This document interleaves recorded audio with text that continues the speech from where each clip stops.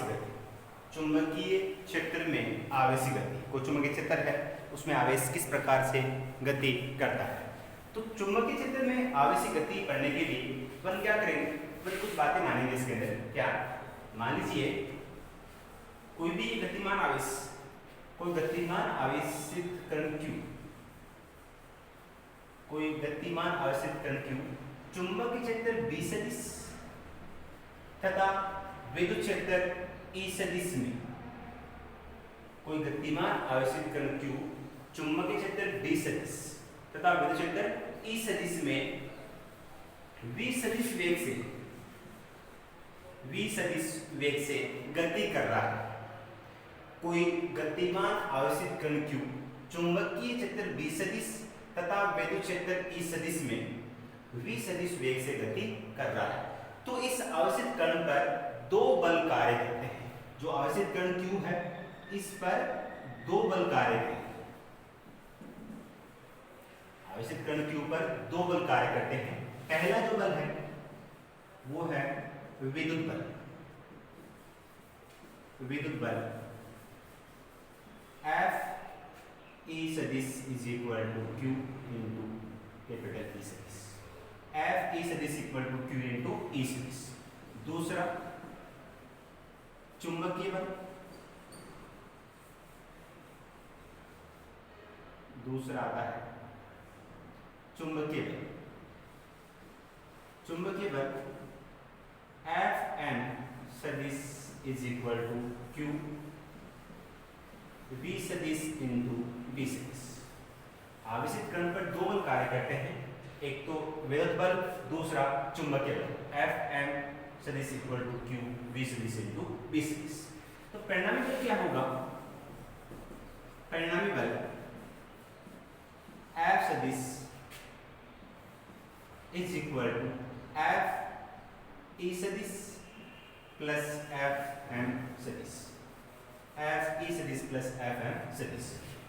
F सदिश is equal to F E सदिश की वैल्यू क्या है? Q इंटू E सदिश। F M सदिश की वैल्यू Q V सदिश इंटू B सदिश। फाइनली F सदिश इज इक्वल टू, इन दोनों से Q कॉमन आएगा। Q कॉमन आएगा तो क्या बचेगा? फर्स्ट पद के यहां से E सदिश प्लस यहां से क्या बचेगा? V सदिश इंटू B सदिश। ये जो बल है, विद्युत बल और चुंबकीय बल का जो योग है, इस बल का नाम है लोरेंज बल। इस बल को कहते हैं क्या? लोरेंज बल। तो इसके अंदर लोरेंज बल क्या होता है, इक्वेशन ध्यान रखेंगे आप, एग्जाम में फॉर्मूला पूछते हैं इसका। लोरेंज बल F सदिश equal to Q bracket capital E सदिश प्लस ब्रैकेट V सदिश इंटू B सदिश। तो इस बल को कहते हैं लोरेंज बल। तो इसके अंदर सबसे बड़ी बात आ रही है वो है चुंबकीय बल क्या आएगा? चुंबकीय बल F M सदिश is equal to Q V सदिश इंटू B सदिश। F M सदिश इक्वल टू Q V सदिश इंटू B सदिश। इसी इक्वेशन को अगर सिंप्लीफाइड रूप में लिखना चाहिए, मापांक के रूप में, F M सदिश का परिमाण क्या होगा? Q V D sin theta. Q V D sin theta. जहां थीटा क्या है? जहां थीटा V सदिश व B सदिश के मध्य कोण है। V सदिश व B सदिश के मध्य कोण। तो ये सिंपल सी बल की बात हो चुकी। अब क्या करना है? इसमें कुछ अलग अलग कंडीशन आएगी, अलग अलग स्थितियां आएगी, विशेष स्थितियां हैं। चार कंडीशन पड़ेंगे इसके अंदर। विशेष स्थिति, चार स्थिति पढ़ेंगे अपन वन बाय वन, और चारों में अपन देखेंगे कि चुंबकीय बल का मान क्या है और कण का पद किस प्रकार का है, जो कण है उसका पद किस प्रकार से। तो पहली कंडीशन में अगर आवेश गतिमान नहीं हो, पहली कंडीशन है अगर आवेश गतिमान नहीं हो, आवेश गतिमान नहीं हो अर्थात आवेश गति नहीं करे, उस कंडीशन में v इज इक्वल टू 0, जो वेग है उसका मान क्या हो जाएगा 0। तो वेग का मान 0 होगा तो इसको कहेंगे नंबर 1, समीकरण 1 से एफ एम इज इक्वल, वेग का मान 0 हुआ, यहां रखेंगे 0, पूरा क्या हो जाएगा 0। तो चुंबकीय बल का मान क्या होता है 0। इससे क्या निष्कर्ष निकलता है, किसी भी गतिमान आवेश के द्वारा ही चुंबकीय बल उत्पन्न होता है। अगर आवेश स्थिर है उस कंडीशन में उस स्थिर आवेश के द्वारा चुंबकीय बल उत्पन्न नहीं होता है। तो क्या इसे निकला कि किसी भी गतिमान आवेश के द्वारा ही चुंबकीय बल उत्पन्न होता है। तो ये इस गतिमान आवेशित कण की पहली कंडीशन हो चुकी, क्या कि जब आवेश गतिमान नहीं हो उस कंडीशन वेग का मान 0 होगा, जब वेग का मान 0 होगा तो चुंबकीय बल का मान 0। क्या निष्कर्ष निकला इससे कि किसी भी गतिमान आवेश के द्वारा ही चुंबकीय बल उत्पन्न होता है, स्थिर आवेश के द्वारा चुंबकीय बल उत्पन्न नहीं होता। तो ये इसकी पहली कंडीशन थी कि अगर आवेश गतिमान नहीं हो। दूसरी condition,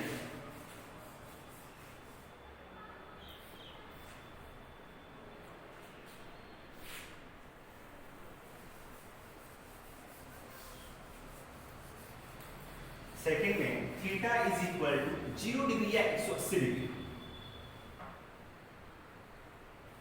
theta is equal to 0 degree या 180 डिग्री। यदि theta is equal to 0 degree या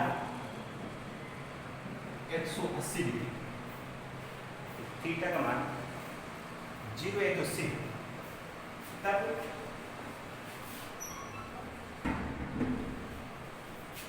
थीटा का मान 0 या 180 डिग्री हो, उस कंडीशन में चुंबकीय बल का मान क्या है।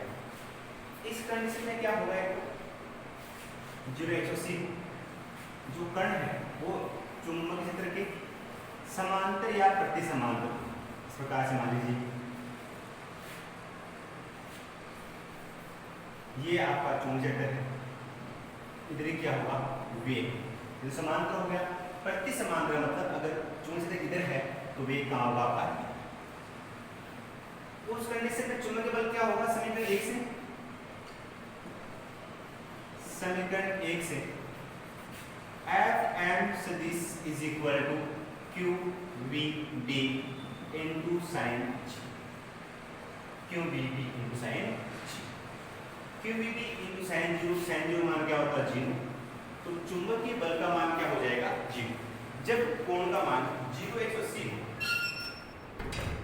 जब कोण का मान 0 डिग्री या जब कोण का मान थीटा का मान 0 डिग्री या 180 डिग्री हो, अर्थात जो आवेशित कण यहाँ रखा हुआ है वो इस चुंबकीय क्षेत्र के समांतर हो या प्रति समांतर, या तो आवेशित कण इस चुंबकीय दिशा में गति करे या इसके विपरीत गति करे, तब कोण का मान 0 या 180, समांतर होगा तो कोण का मान 0 डिग्री होगा, प्रति समांतर आवेशित कण कितनी गति करेगा तो कोण का मान 180 डिग्री होगा।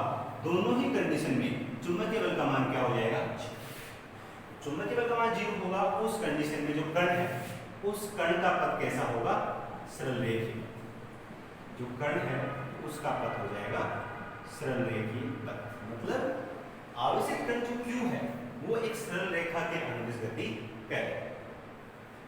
ये आप मान लीजिए अक्ष है, ये y अक्ष है,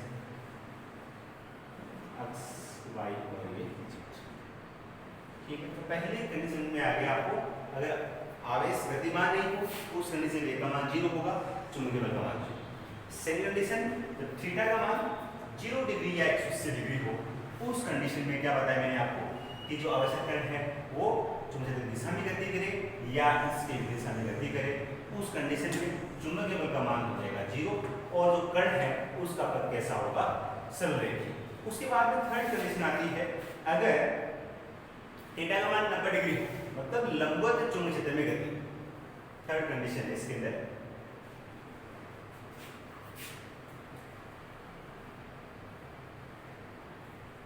यदि theta is equal to 90 degree अर्थात लंबवत चुंबकीय क्षेत्र अर्थात लंबवत चुंबकीय क्षेत्र में आवेश की गति, जो लंबवत चुंबकीय क्षेत्र है उसमें आवेश की गति। इसके लिए क्या करेंगे, वो चीज पहले कुछ मानेंगे। ये हमारा आवश्यक कण है इस प्रकार से, ये x अक्ष, ये y अक्ष और ये z अक्ष। यहाँ आवश्यक कण q है, कोण का मान 90 डिग्री है। इसका मीनिंग क्या हुआ कि वेग और चुंबकीय क्षेत्र v और b के मध्य कोण 90 डिग्री होना चाहिए। अगर आवश्यक कण इस डायरेक्शन में गति कर रहा है, v इधर है तो b आपका होगा, जब मान लीजिए v से 20 है, b का होगा तो ये कोण कितने का हो जाएगा, 90 डिग्री। उस कंडीशन में Fm is equal to QVB sine 90। Fm, अब आप जानते हैं साइन जो त्रिकोणीय फलन है उसका अधिकतम मान कितना होता है, 1। जब ये मान अधिकतम है तो चुंबकीय बल का मान भी क्या होगा, अधिकतम। क्या बन जाएगा, Fm is equal to QVB। ये क्या हो गया, इसका अधिकतम मान। वही जब अधिकतम मान होगा तो इस आवश्यक कण को वृत्ताकार पथ पे गति कर रहे हैं। ये जो कण है वो वृत्ताकार, इस प्रकार से एक वृत्ताकार पथ पे गति करे। आवश्यक कण है वो वृत्ताकार पथ पे गति करेगा और इसका मान 90 डिग्री है, ये 90 है, तो चुंबकीय बल की दिशा कहाँ होगी, वही बात है, दो सदिश ए सदिश और बी सदिश है, तो उनकी दिशा कहाँ होती है, उन दोनों सदिशों के तल के लंब। तो जो दोनों सदिश v सदिश और b सदिश है, इसके लंबवत दिशा किसकी होगी, Fm सदिश, Fm सदिश। अब यहाँ पर आपने देखा जो कण है वो वृत्ताकार पथ पे गति कर रहा है। कब, जब कोण का मान 90 डिग्री, जब कोण का मान 90 डिग्री। आवश्यक कण के वेग और चुंबकीय क्षेत्र के मध्य कोण जब 90 डिग्री है, उस कंडीशन में कण है वो वृत्ताकार पथ पे गति करता है। कण वृत्ताकार पथ पे गति करता है। अब वृत्ताकार पथ पे गति कराने के लिए आपको बताया हुआ है अभिकेंद्रीय बल की आवश्यकता है। आवश्यक कण, कोई भी वस्तु हो, वाहन, व्यक्ति हो, उसको वृत्ताकार पथ पे गति कब करेगा, जब उसको अभिकेंद्रीय बल प्राप्त। तो इस कंडीशन में जो आवश्यक कण है, आवश्यक कण वृत्ताकार पथ पे गति कर रहा है, ये वृत्ताकार पथ पे गति कराने के लिए अभिकेंद्रीय बल की आवश्यकता होगी। ये अभिकेंद्रीय बल कहां से मिलेगा, चुंबकीय बल से। दैट मींस जब अभिकेंद्रीय बल का मान चुंबकीय बल के बराबर होगा तब ही ये आवश्यक कण वृत्ताकार पथ पे गति करेगा, अदरवाइज नहीं करेगा। ठीक है, तो क्या बताया, अभिकेंद्रीय बल का मान,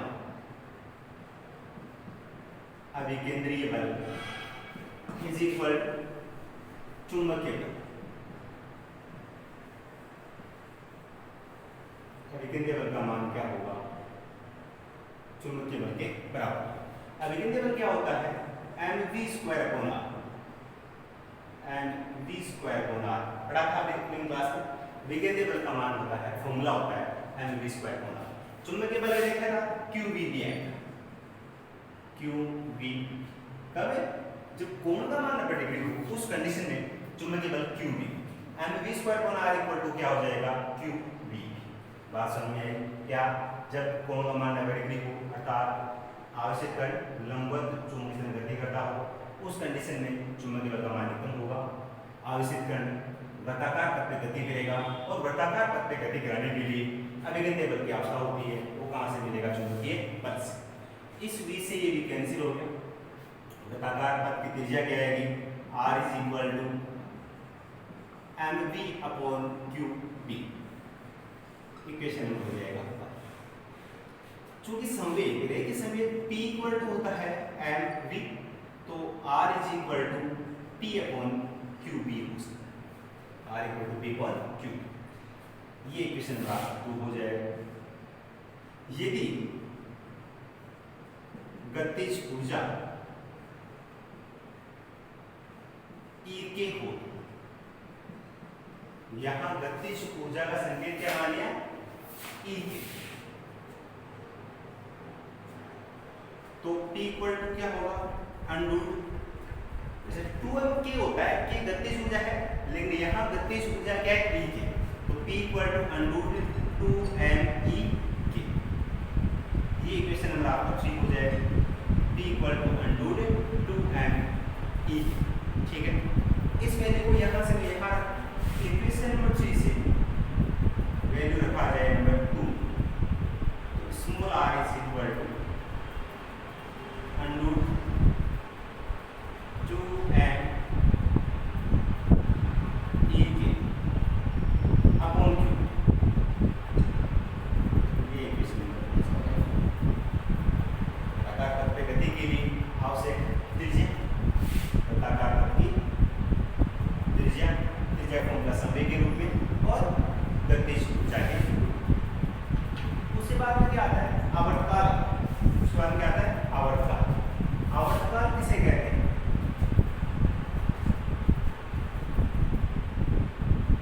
आवर्तकाल केवल आवेशित कण के द्वारा वृत्ताकार पथ पर एक चक्कर पूरा करने में लगा समय।